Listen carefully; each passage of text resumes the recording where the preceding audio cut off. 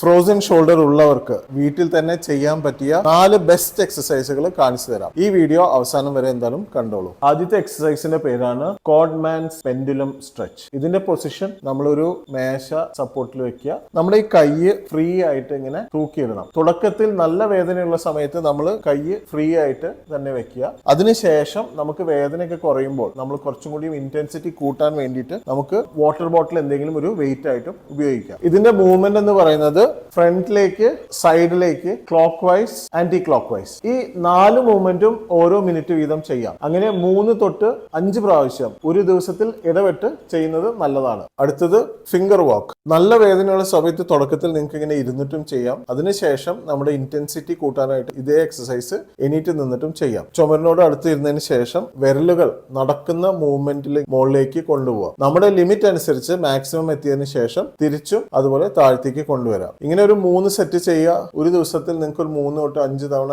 ഇടവിട്ട് ചെയ്യുന്നത് നമ്മളുടെ ഈ ജോയിന്റിലുള്ള നീർക്കെട്ട് കുറയ്ക്കാനും മൂവ്മെന്റ് കൂട്ടാനും ഹെൽപ്പ് ചെയ്യും. വേദനയുള്ള സമയത്ത് ഈ 2 എക്സസൈസുകളും ചെയ്തു തുടങ്ങുക. കൈയിന്റെ മൂവ്മെന്റ് പഴയ രീതിയിലേക്ക് വരാനുള്ള എക്സസൈസുകൾ അടുത്ത വീഡിയോയിൽ കാണിച്ചു തരാം. അത് കാണാൻ ഈ അക്കൗണ്ട് എന്തായാലും ഫോളോ ചെയ്തോളൂ. അതുപോലെ ഈ വീഡിയോ എല്ലാവർക്കും ഷെയർ ചെയ്തോളൂ.